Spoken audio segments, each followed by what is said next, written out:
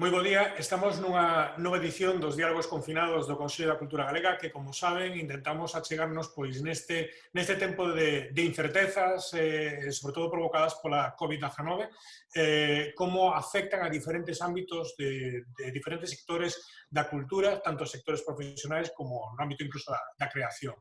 Desta volta é o tempo da gastronomía que no Consello da Cultura Galega entendemos tamén como un feito cultural, é dicir, un feito que está profundamente inserido na natureza da nosa sociedade, da nosa forma de ver o mundo e da forma de relacionarnos con el. Por iso queríamos falar da gastronomía, se cadra non tanto alrededor das ideas que estes días pudemos ver en relación pois, ao seu impacto económico, as medidas que teñen que ver con temas de higiene, prevención nos negocios hosteleiros ou similar, senón máis ben, digamos, a súa incidencia desde un punto de vista máis global. Temos con nos a dúas persoas que, a verdade, é un luxo poder contar con elas precisamente para falar desta visión da gastronomía e do viño. Un deles é Miguel Vila. Miguel Vila é un xornalista, eu creo que posiblemente o xornalista máis veterano no ámbito da gastronomía no noso país, non digo con veterano, non só maior, sino me refiro sobre todo a dunha dilatada experiencia no ámbito da produción de contidos xornalísticos vinculados á gastronomía a través de múltiples medios e alrededor tamén un estudoso da súa presenza na propia literatura do país, na propia literatura galega, con Cunqueiro, pero tamén con outros autores. E por outro lado, temos tamén para nós unha honra tremenda contar con Cristina Alcalá.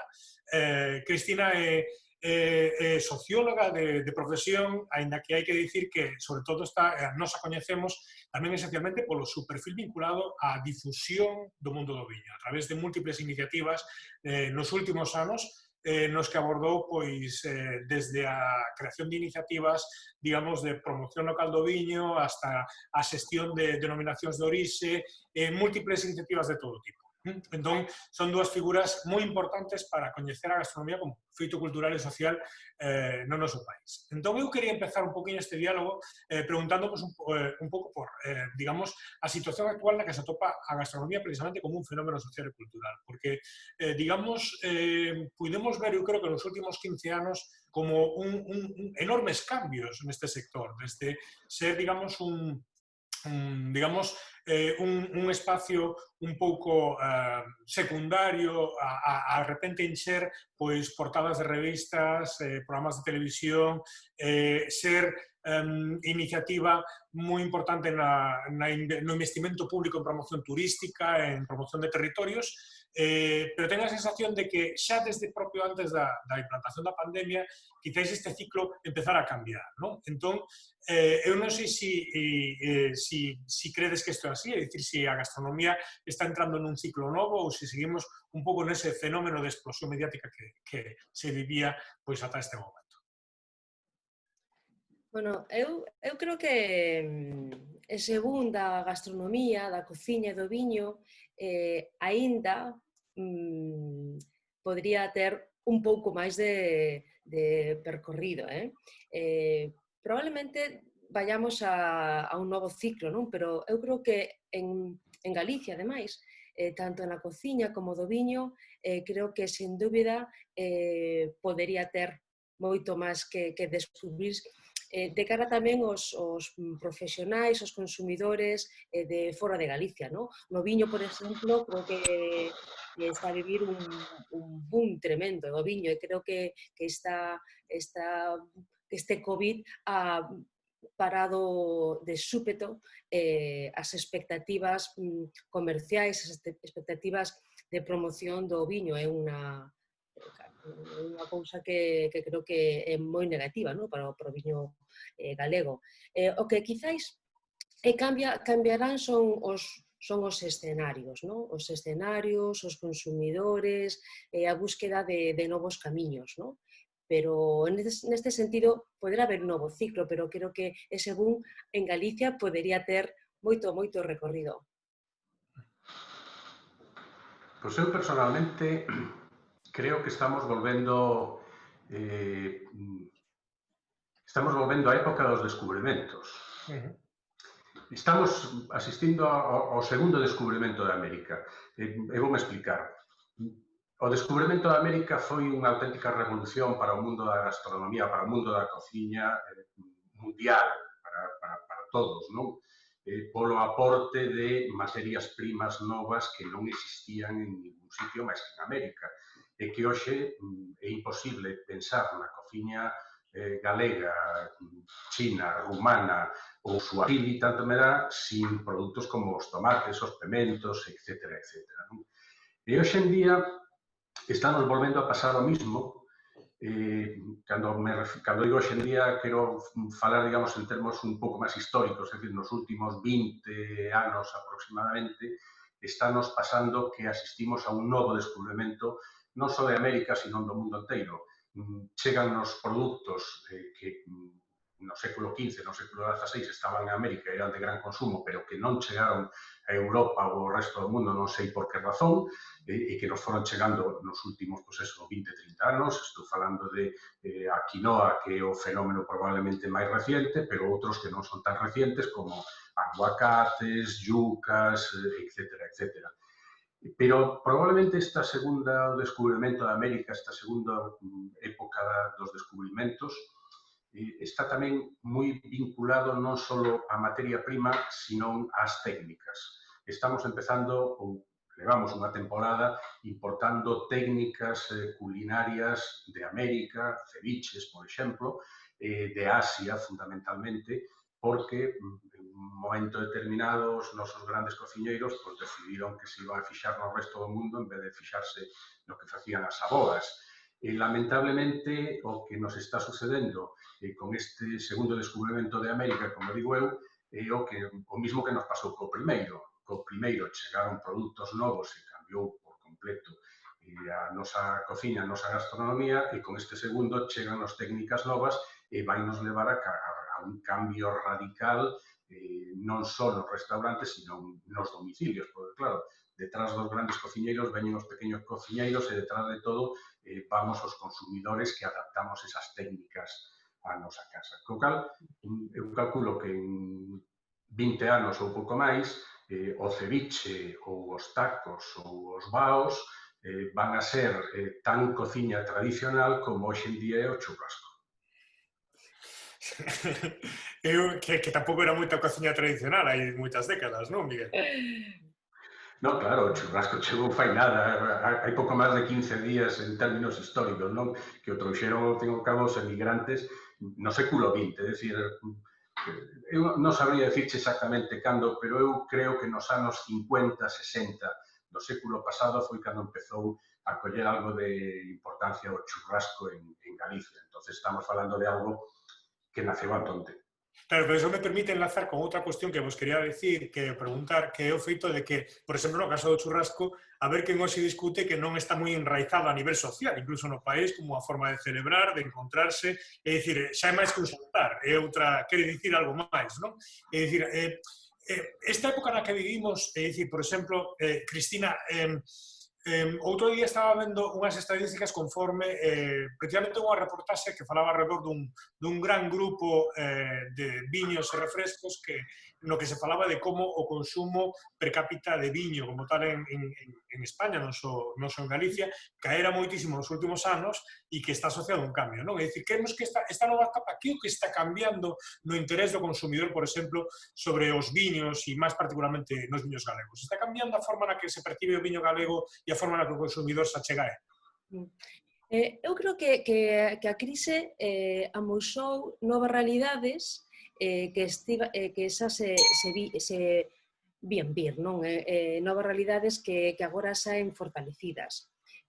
Por exemplo, ninguén pensou ata agora que íase vender tanto viño online. Por exemplo, toda a parte tecnolóxica do viño é un boom, non? Por outra parte, tamén os viños, non os viños de cercanía, como pode ser a gastronomía, non? Pero os viños locais, non? Tamén. A tecnoloxía tamén ten moito que ver coa comunicación, non? A comunicación, as redes sociais. Por exemplo, a mí non sei, estos que non viu Instagram directos durante 3 meses, non? Todos os días vendo Instagrams de cociña, de viño, non? O mesmo podíase facer antes desta crise, non? Pero non se facía. Eu creo que este foi para min un dos maiores cambios, e tamén a comunicación digital, non só na información, sino na formación online. Nunca antes se vira tanta formación do viño online, nunca antes se vira. E nos formatos digitais de promoción de venta do viño. Eu creo que foron as 3 cousas máis importantes respecto á socioloxía cotidiá do viño, non? Sí, me chamaba a atención moito como durante o confinamento moita xente de repente atopou na cociña algo que non era só a alimentación, sino que tiña que ver tamén con entretemento, tamén de alguma forma como relaxación e estrés, non? E, por exemplo, me chamou moita atención como de repente ese fenómeno das redes sociais propuña tendencias novas. Miguel, non sei como viches, por exemplo, o feito de que a levadura esgotada nos supermercados, que é algo que se cadra nunca nos imaginaríamos ver, non? E a descoberta da posibilidade de facer pan doméstico. Non sei, Miguel, como si isto de alguma forma podería derivar nalgúna oportunidade de que, digamos, ese fenómeno de cociñar na casa ou de cociñar incluso o propio recetario tradicional do país, que o se cadra está un pouco desaparecido, si é de alguma forma unha oportunidade de poder recuperar ou a contribuir a recuperar parte dese recetario tradicional ou parte dos modos de cociñar na casa? Bueno, non estou moi seguro de que vai a pasar eso, porque, claro, en estes meses atrás fíxose moita cociña, houve moita xente que cociñou na súa casa, dedicou moitas horas a cociñar, pero probablemente, máis que polo interese en cociñar ou en descubrir cousas novas ou en facer as cousas da boa, foi por aburrimento. É dicir, había moita xente que estaba na súa casa as 24 horas do día sin nada que facer e buscaba algo que facer. Encima non podía salir a pasear, non podía salir a correr ou a pasear polo monte ou a piscina ou a onde fora, non? Ou tomar copas. Co cal, dedicáronse na casa pois, a entreter o tempo da forma que puderon e unha parte dese tempo pois, entretuveron en facer as tartas da avoa ou dedicarse a ver se eran capaces de facer pan, descubrir que non son capaces de facer pan ou que o pan que fan os profesionales dalle 1000 voltas ao que podemos facer nas nosas casas, etc. Non? Probablemente foi un entretemento, mismo que estou seguro de que se alguén o estudia, pois veríanse moitos máis documentales na segunda cadea, moita xente veu concursos que nunca na súa vida vira na televisión, moita xente leu o que nunca tiña lido, etc. Habería quen se dedicou ao bricolaxe. A min dá a sensación de que foi, en parte, moda e, en parte, entretemento. É dicir, hai que matar o tempo e matémolo desta maneira. Eu creo que pasado o confinamento, salvo que cheguen confinamentos novos en plan duro, pois volveremos un pouco á situación anterior, non? A xente vai a ter menos tempo para cociñar, vai a cociñar menos e vai a recuperar, digamos, as costumbres de antes. Sí, pero a pregunta un pouco tamén que é o que pode quedar. E poño por exemplo, un caso que relacionado co que antes comentaba Cristina. Por exemplo, se un agora vai a unha tenda de roupa en este momento, é dicir, se un vai a unha tenda dunha gran cadea, en este momento nas tendas de roupa hai unha oferta menor físicamente e as tendas están continuamente convidando a consultar en liña digamos, máis produtos, máis marcas, é dicir, potenciaron moito máis a súa carne en liña. Eu non sei se, por exemplo, no mundo do viño, que tamén pudemos constatar durante este confinamento que houve un incremento, digamos, no consumo de bebidas, que podía ser previsible, pero unha cousa é, digamos, o consumo de bebidas de liñal de supermercado, outra cousa tamén é a encarga a tendas especializadas, de referencias máis concretas, máis específicas. Eu non sei se parte deste hábito en liña que de alguma forma se potenciou pode acabar quedando casi como unha práctica tamén para estes consumidores e para o disfrute. Cristina, non sei como ves. Mira, eu coñezo moitísima xente, amigos, fora do sector profesional do viño, que dixéronme nunca na vida provei tanto vino como na casa. Claro. Perdeuse este medo a comprar viño online. Perdeuse o medo. E tiñas moita oferta. Tamén coa axuda da comunicación digital, das redes tamén. O viño é distinto á gastronomía ou á levadura. Bueno, eu acordo con Miguel, que era máis divertimento tamén, que agora eu vou facer, eu tamén fixen pan, pero agora vou comer o pan o mercado onde sei que vou o pan, pero o viño non é así, o viño chégate a botella e abres e bebes. É moi doado beber viño na casa. Se non hai medo a comprar online, eu creo que é unha práctica que perdurará.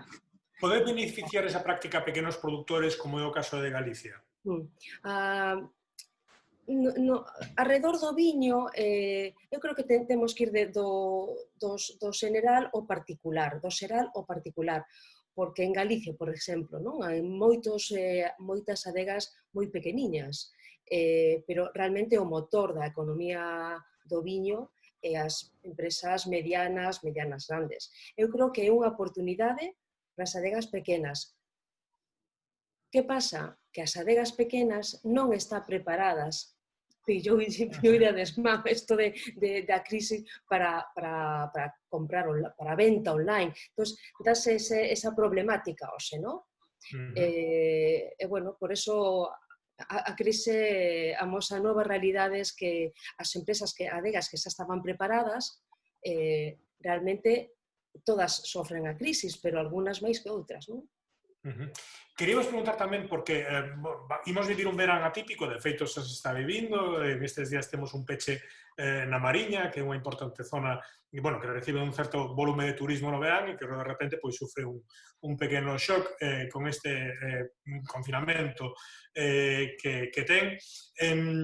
Tamén, digamos, este verán atípico no que, digamos, a circulación de turistas ou de persoas está relativamente limitada, pode ser unha oportunidade para de alguna forma potenciar determinadas formas de turismo gastronómico ou enogastronómico de proximidade? Podría ser unha oportunidade en este sentido?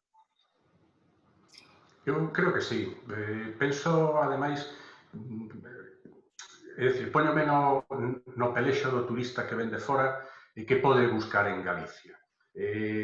Ou que pode de que pode escapar en Galicia. Evidentemente, o que vai a buscar é tranquilidade, e vai escapar de aglomeracións.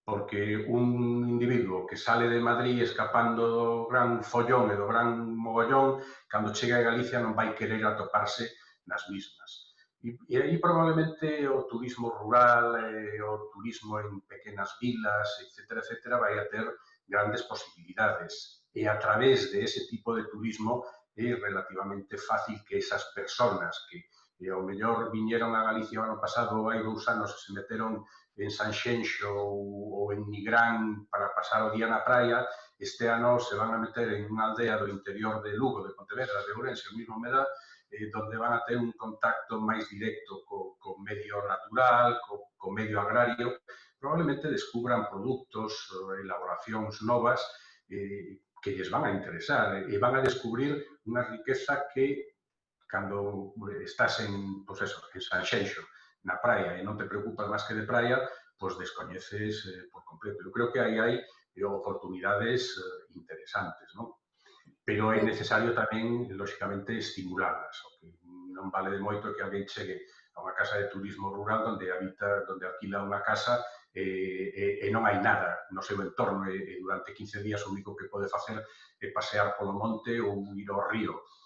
Fai falta que os concellos, as asociacións de empresarios, incluso as máis pequeniñas de vilas pequenas, que se movan e que lles ofrezcan algo máis, información o primeiro e alternativas de actividades o segundo.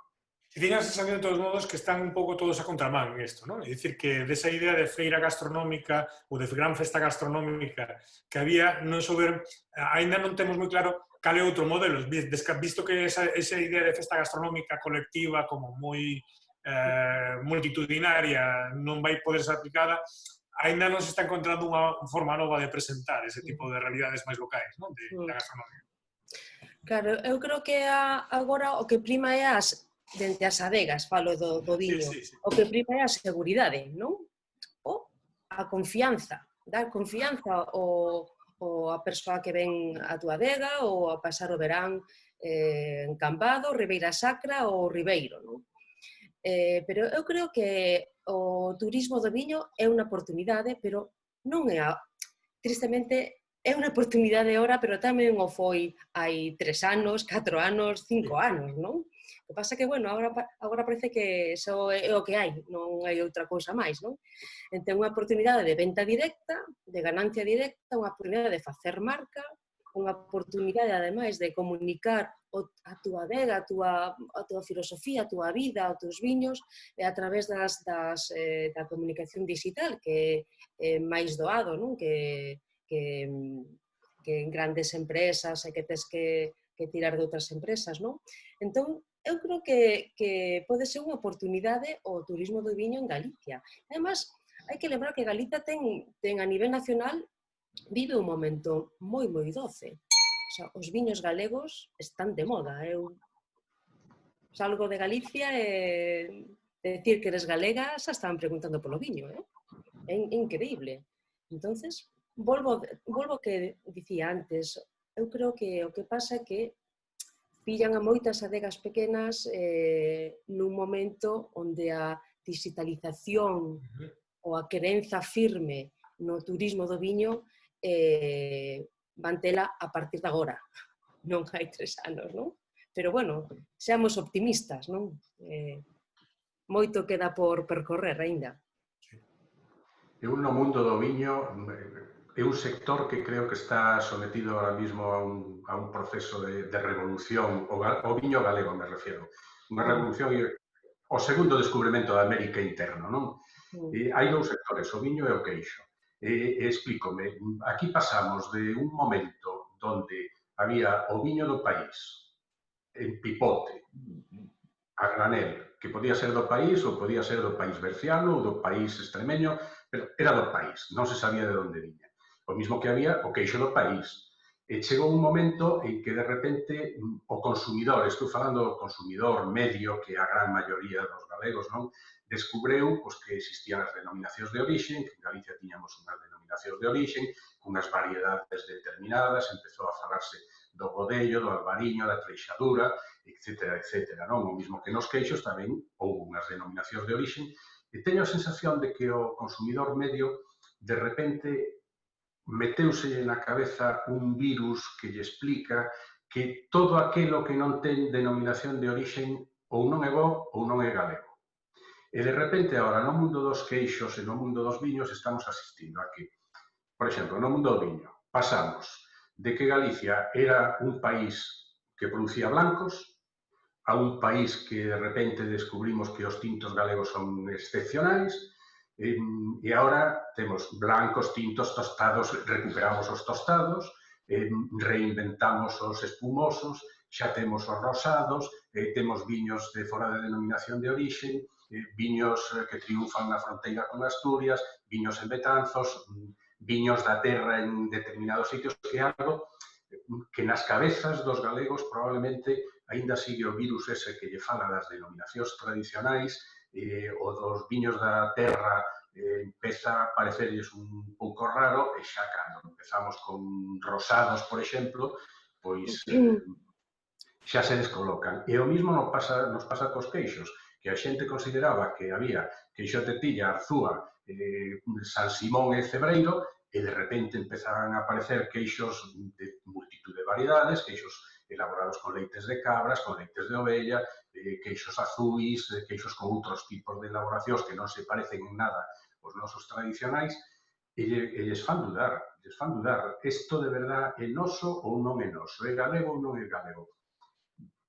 Vai ser cuestión de tempo, de acostumbrarse a pensar en que dentro das denominacións de orixen hai cousas boas, fora das denominacións de orixen hai cousas boas, e non todo ten que ser exactamente igual que era hai 50 anos. O mundo da gastronomía e da cociña é un ser vivo que evoluciona, e leva toda a historia da humanidade evolucionando, e agora en estes dous sectores estamos asistindo a unha evolución clarísima, non? Cierto, estoy, totalmente de acordo co que di Miguel, é unha explosión da gastronomía, da cociña e do viño en Galicia, bueno, Eu creo que bueno, estamos nunha boa posición, ¿no? Dentro do desastre que ha sido isto, que foi, pero eu creo que, bueno, eu sou positiva, Non sei ti, Miguel, que tal? Se eres Home, eu optimista. penso que podíamos estar peor, xa vos lo dixen ao principio. Pois quedámonos con esa mensaxe de positividade e, sobre todo, con esa mensaxe da capacidade que ten o mundo da gastronomía do viño de evoluir, de cambiar, de adaptarse e de vivir, descubrir América de cando en vez, non, Miguel? É dicir, poder afrontar esta nova situación. Ainda moi cedo para saber cales serán as consecuencias, digamos, que quedarán da pandemia neste ámbito do que estamos falando, da gastronomía do viño, pero o que sí temos claro que vai seguir sendo un sector moi importante para o país, con independencia de como quede. Moitísimas grazas aos dous por participar neste diálogo confinado, sempre se nos quedan escasos, pero 20 minutos vemos que é un bo tempo para poder abrir temas despois que a xente poida continuar nas súas casas, por exemplo, comendo, é dicir, durante a comida. Darvos as grazas e convidar a xente que nos sigue nestes diálogos confinados a que continúen pois gozando da programación que estamos ofrecendo en conversas con diferentes ámbitos profesionais do mundo da cultura galega. Moitísimas grazas. Grazas a vos. Gracias, Manuel e Cristina.